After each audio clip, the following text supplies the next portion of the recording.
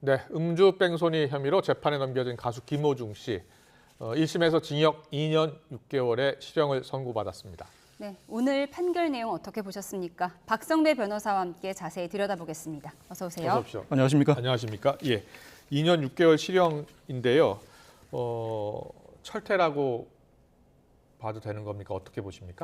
일각에서는 집행유예 선고 가능성을 점치기도 했습니다만 예. 저는 실형 가능성이 더 높다고 봤습니다. 그렇군요. 무엇보다 김호중 씨 본인은 충분히 집행유예가 선고될 것이라고 예상했던 것 같습니다. 예. 그렇지만 기존 전례에 비춰볼 때 상당히 중한 형기 선고되었다고 평가할 수밖에 없고 예. 무엇보다 이 사건을 통해서 우리 국민 일반에 미치는 영향이 상당히 크므로 그 선례를 만들어야 한다는 재판부의 의지가 크게 반영된 것 같습니다. 그렇군요. 네, 예. 재판부 판결문을 보면 죄책감을 가졌는지 의문이다 이런 표현이 있습니다.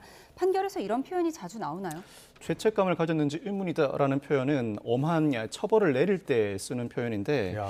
이 판결에서는 도지 이후에 맥주를 사는 모습을 보인다. 성인으로서 자신의 행동에 대해 일말의 죄책감을 느꼈는지 상당히 의문일 뿐만 아니라 예. CCTV상 음주의 영향으로 비틀거리는 모습이 명백함에도 불구하고 납득하기 어려운 변명을 한다. 이와 같은 수사 초기 대응 과정에서의 부족한 모습을 양형에 대폭 반영한 것 같습니다. 그렇군요. 피해자와 합의했다고 하더라도 그동안 일련의 수사와 재판에 임하는 태도에 비춰볼 때 중한 형벌을 피할 수 없다는 취지의 문구가 들어가게 된 것입니다. 네, 이 결심 공판에서 조직적으로 사법 방해 행위를 했다라고 이제 검찰이 이야기를 했는데 보니까요. 소속사 대표도 징역 2년, 소속사 본부장도 징역 1년 6개월, 매니저도 징역 1년에 집행유예 2년을 선고했습니다. 네.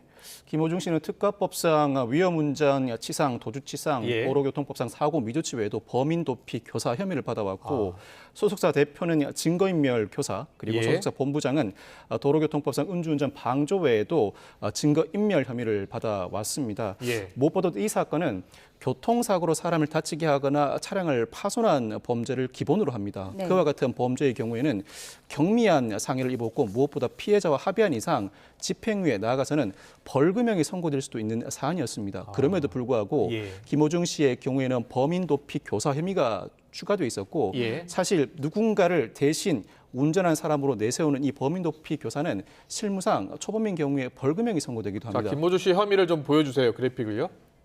예. 실무상 벌금형이 선고되기도 합니다. 그럼에도 불구하고 이와 같은 모든 혐의가 합쳐져서 징역 2년 6월이 선고되었다는 의미는 범인 도피 교사가 단순 일회성 행위로 평가받지 못했다는 의미입니다. 예. 범인 도피 교사가 조직적 사법방해 행위의 일환이었고 경미한 상해로서 피해자와 합의했음에도 불구하고 허위 자수, 나아가서 증거인멸을 하는 등 조직적 사법방해 행위에 대해서는 철퇴를 내려야 한다. 특히나 음주운전 사고 이후에 맥주를 추가로 마심으로 인해 그 음주 측정이 어렵게 된 사정까지 고려한다면 이와 같은 행위에 대해서는 실형 선고가 불가피하다는 판단을 내리게 된 것입니다. 네. 네. 방금 말씀하신 맥주를 더 먹은 것, 술타기 수법이라고도 하잖아요. 그래서 김호중 방지법까지 만들어졌는데 이런 점이 형량에 많이 반영됐다고 보세요? 만약 애초에 사법방해 행위를 처벌하는 조항이 전제되었다면 더 큰 형이 선고되었을 것입니다. 그렇지만 그 형을 적용할 수 없는 상황에서도 재판부는 여러 가지 사정상 이미 성립된 범죄를 전제로 두고 볼 때에도 죄질이 불량해 기존의 다른 사건보다는 더 높은 형을 선고할 수밖에 없었던 것 같습니다. 예. 사실 위드마크 공식은 술의 종류와 음주량, 성별, 체중에 따라 애초에 피의자가 마신 술의 양을 기초로 사고 당시 음주 상태를 측정하는 방식입니다. 그렇지만 시간적 간격을 두고 여러 차례 술을 마셔왔고 특히 사고 이후에도 맥주를 마신 정황상 검찰 입장에서는 부득이 음주운전 혐의로는 기소를 하지 못했는데 예. 사실 이 사건 이후에 이를 모방한 듯한 여타 범죄도 많이 일어나는 상황이었습니다. 네. 이 상황을 막기 위해서 국회에서 이른바 김호중 방지법으로 불리는 도로교통법 개정안이 발의돼 아마 오늘 본회의를 통과할 것으로 보이는데 이와 같은 사정도 재판부가 참작했다고 봐야 할 것 같습니다. 참작을 했다. 그러니까 음주운전 혐의는 빠졌지만 참작을 했다. 그럼 음주운전 혐의까지 추가됐다면 형량이 더 높아졌을까요? 음주운전 혐의가 추가되었다면 추정컨대는 사실 특가법상 위험운전치상은 이미 도로교통법 나아가서 교통사고 처리 특례법상 치상 혐의가 있음에도 불구하고 별도로 특가법상 위험운전추상죄를 두는 이유는 만취한 상태에서 운전하다 사람을 친 경우에 성립하는 범죄를 처단하기 위함입니다.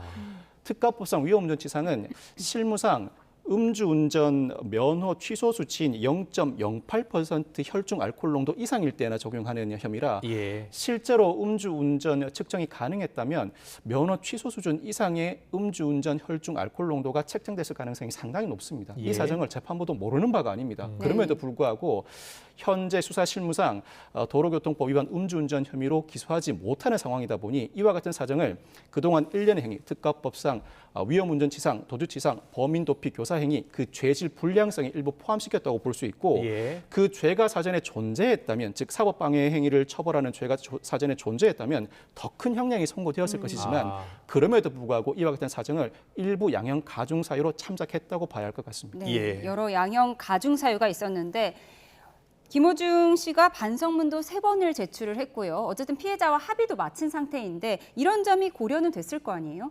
사실 김호중 씨가 지난 8월에 보석 신청을 한 바가 있습니다. 예. 자신의 발목 통증이 심하고 구치소에 수감된 상태에서는 온전한 치료를 받지 못하니 보석을 허가해 달라는 취지의 신청이었었는데 이를 재판부가 받아들이지 않은 것으로 보입니다. 통상 보석 신청을 받아들일 의사였다면 보석 심리기를 따로 열거나 재판 진행 과정에서 보석 심리를 따로 열면서 보석을 허가해 주는 경우가 상당히 많습니다. 그런데도 재판 판결 선고시까지 아무런 반응을 보이지 않았다는 것은 실형 선고를 예상하고 있고 나아가서 보석은 허가하지 않겠다는 의지의 발로라고 봐야 합니다. 오히려 현재 구치소에 수감된 상태에서 충분히 치료는 가능해 보이고 뿐만 아니라 보석 신청을 하는 것 자체가 자신은 집행유예를 선고받을 것이라는 자신감의 발로라고 재판부 입장에서는 비춰졌던 것 같습니다. 예. 그 태도가 오히려 더 불량하게 비춰졌던 것 같고 일단 보석 신청도 거부했을 뿐만 아니라 각종 반성문을 제출했지만 이 사건의 경우에는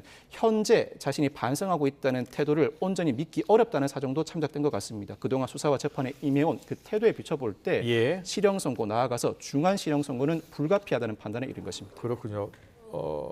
만약에 김호중 씨가 처음부터 음주운전을 시인하고요. 그리고 바로 인정하고 또 도주하지 않고 또 피해자 병원에도 옮겨드리고 했으면 어땠을까요?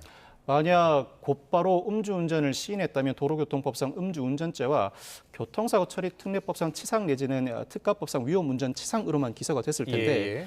음주운전 초범이라면 그 자체만으로도 집행유예 이하의 형이 내려지겠지만 예. 무엇보다 피해자와 합의한 상황이라 벌금형 선고가 사실상 명백했습니다. 그랬군요. 즉 벌금형으로 예. 그대로 끝날 수 있는 사안이었는데 예. 오히려 이 사안을 숨기고자 허위자수, 증거인멸 등 조직적 사법방해 행위가 이어지면서 수사 단계에서부터 경찰이 구속영장을 신청하고 실제로 예. 구속영장이 발부되기도 했고 예. 이미 수사 단계에서 구속 상태로 수사와 재판을 받아왔으니 집행유예 선고가 이루어지지 않을까 나름의 기대를 했습니다만 네. 실형 2년 6월이 그대로 선고되는 상황을 맞게 됐습니다. 또 휴대전화 비밀번호를 제공하지 않는 등 수사의 비협조도 양형이 저렇게 선고가 높게 나온 영향을 미쳤을까요? 뒤늦게 자신의 혐의를 인정하고 반성하는 모습을 보인다고 하더라도 예. 수사와 재판 과정에서 수사에 예. 비협조적이거나 특히나 이 사건의 경우에는 조직적 사법방해 행위가 이미 전제돼 있는데 예. 그 상황에서 어느 정도 혐의와 관련 물증이 확보된 상황에서도 적극적인 수사 협조를 하지 않는다. 이 사정은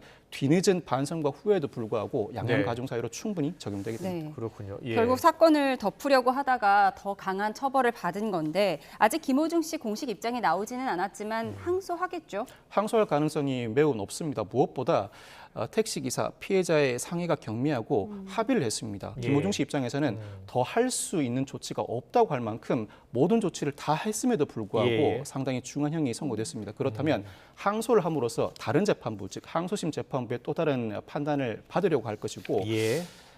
김호중 씨 입장에서는 나아가서 자신의 행위가 사회 일반에 미치는 영향이 상당했다. 그럼에도 불구하고 이 영향을 뒤엎을 만한 선한 영향력을 어떠한 방식으로 구체적으로 행사할 것인지 그 보관을 제시해야 그나마 항소심 재판부가 다른 판단을 할 여지가 열릴 것 같습니다. 예, 이 법원이 판결을 할 때 뒤늦게나마 범행과 그에 따른 책임을 인정했고 피해자에게 6천만 원 지급하고 합의한 점도 고려했다는 거예요? 이게 다 고려해서 나온 형량 아니라? 당연합니다. 예. 이 교통사고, 음주운전과 예. 관련된 교통사고의 경우에는 무엇보다 피해자와 합의하는 것 그 이상의 중한 감형 요소가 없습니다. 그렇군요. 이와 같은 사정을 고려해도 예. 징역 2년 6월이라는 것은 아마 합의를 하지 않았다면 징역 3년 이상, 검찰 구형대로 징역 3년 6월 이상이 선고됐을 가능성도 배제하지 못한다는 의미입니다. 예. 오늘 김호중 씨가 판결 선고되니까 한숨을 쉬었다고 하거든요. 네. 김 씨의 변호인과 여러 이야기를 했을 텐데 예상보다 많이 나왔다고 본 걸까요? 김호중 씨는 집행유예 선고가 당연하다고 생각했을 것 같습니다. 예. 아마 변호인도 그와 같은 조언을 해주었을 것이고 예. 이미 초반에 부적절한 행동이 있었지만 재판 과정에서 나름대로 공소사실을 인정하고 반성하는 모습을 여러 차례 보여왔고 예. 무엇보다 피해자와 합의했으니 더 이상 자신이 할 수 있는 조치는 없다.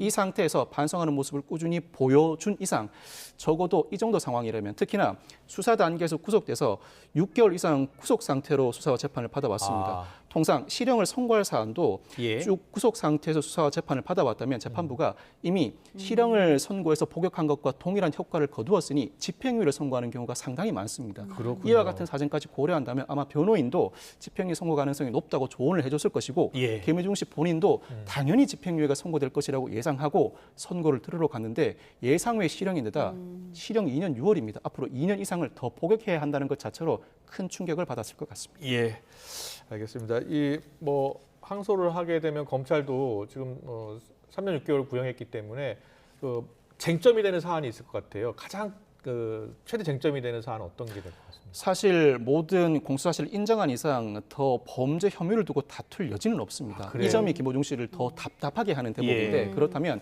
자신의 행위로 인해서 우리 사회에 미친 악영향을 익히 인지하고 그 악영향을 뒤엎을 만큼 예. 선한 영향력을 어떤 방식으로 구사해낼 것인지 구체적인 보관을 제시해야 합니다. 그 방법 외에는 형이 낮아질 가능성이 없습니다. 알겠습니다. 잘 들었습니다. 지금까지 박성배 변호사와 함께했습니다. 고맙습니다. 감사합니다. 고맙습니다.